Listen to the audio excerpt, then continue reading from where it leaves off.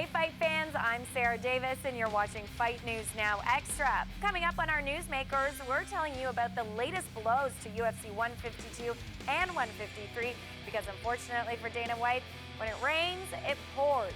It's all about who is injured next, and our MMA panel will join to talk about these changes to the cards.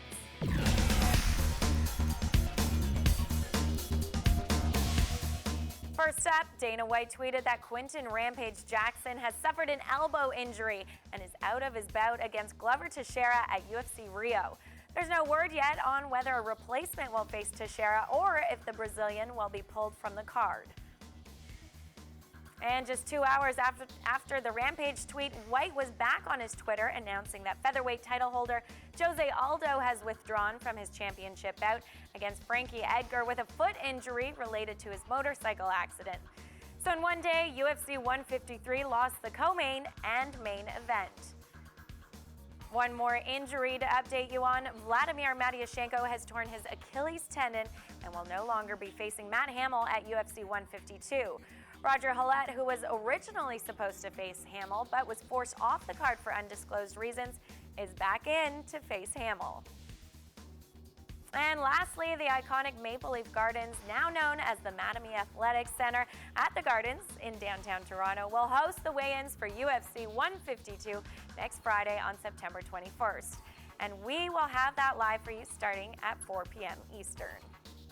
There are your latest headlines. Now let's take it over to John Pollock, John Ramdeen, and Robin Black. Guys, co-main event and main event out of UFC Rio. What is the UFC going to do to make this a card worthwhile watching? Well, Dana White and UFC by extension are really going to have to pull a rabbit out of a hat here to try and save this 153 card. And this is not just a curse at this point. This seems to be the MO now for the UFC in terms of dealing with all of these injuries. We saw it in Calgary. We saw 151 fall apart because of this. And now we go to 153. It's becoming now a trend. You are absolutely right. And the fact of the matter is, this all has to do with the growing pains of the Fox deal. Never in the history of sport have we seen, the business affect the sport this much. It is the necessity to come up with dozens and dozens of fight cards in a year, to have hundreds of fighters, some of which really aren't, at this level, try to mix them all together. This is all a fallout of the Fox However, deal. you're blaming it on the Fox card, but the UFC can take responsibility and say, let's have less pay-per-views. We're already being exposed on network television. Why not just take the time, have less pay-per-views, and hopefully the injuries will work themselves out. Because nobody likes giving up millions of dollars.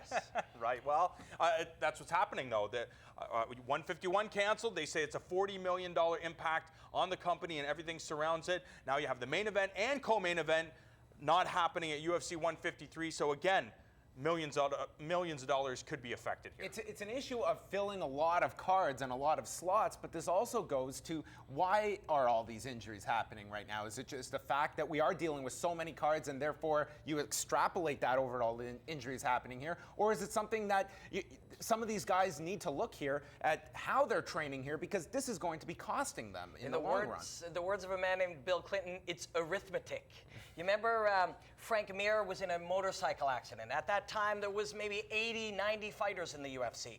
The guy, crashed his motorcycle, injured himself, he was hurt. That happened rarely with 80 fighters. Now we got 400 fighters. That kind of thing's going to happen more.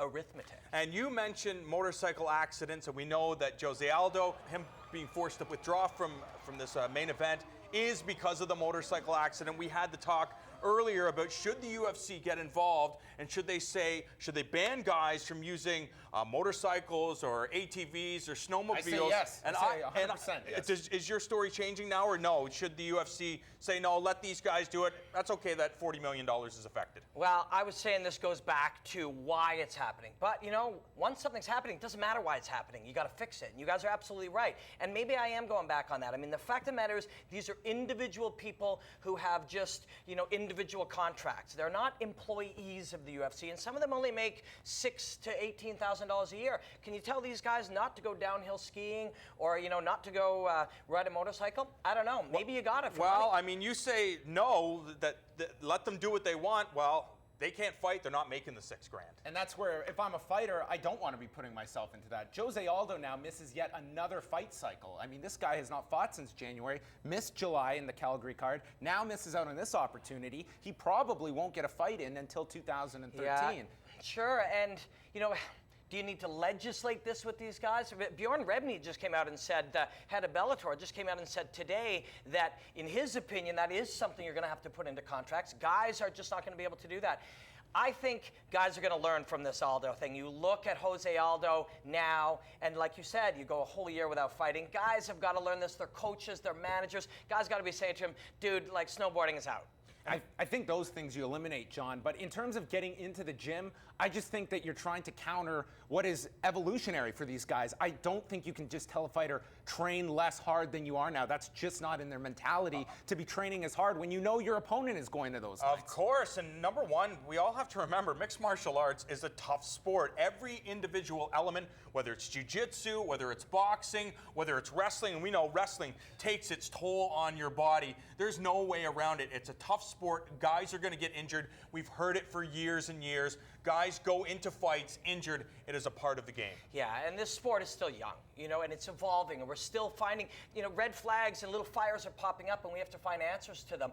I mean, ultimately, the human body isn't designed to go do what we're getting it to do. We love it. It's exciting. It's a beautiful art. There's a million reasons to enjoy this sport, but there's a certain amount of nature that says guys shouldn't be doing this. One of the ideas that's been thrown out there is having a fight or just one specific fighter almost as your reserve for a main event fight. I don't know if that's necessarily feasible, that you can have a guy training that, take him out of preparing for a future card, or is it something that maybe it becomes a point where a main event is made and there's almost like a flux period where you might fight December 8th, but we might need you December 29th. Well, that, and if you get a reserve guy in every fight, that's 33% more fighters. I mean, we can't, we're already running out of the quality of fighters. So, I mean, this is something and you need we're not going to stars answer very quickly. to put in there as well. It's not just finding a body, it's finding someone that can fill a spot and draw on pay-per-view. And that is a problem. I don't know if we can solve it with any simple answer here. This is just something that is a new reality for Zuffa and for these fighters, and this evolutionary process is going to have to find a conclusion. Thanks, guys. BAMA 10 is going down in London, England this weekend, and we will have the card live for you on Fight Network this Saturday afternoon, starting at 4 p.m. Eastern. You can stay up to date on all our live events by visiting us online at fightnetwork.com. Thanks for joining us. We have more Fight News Now Extra to come.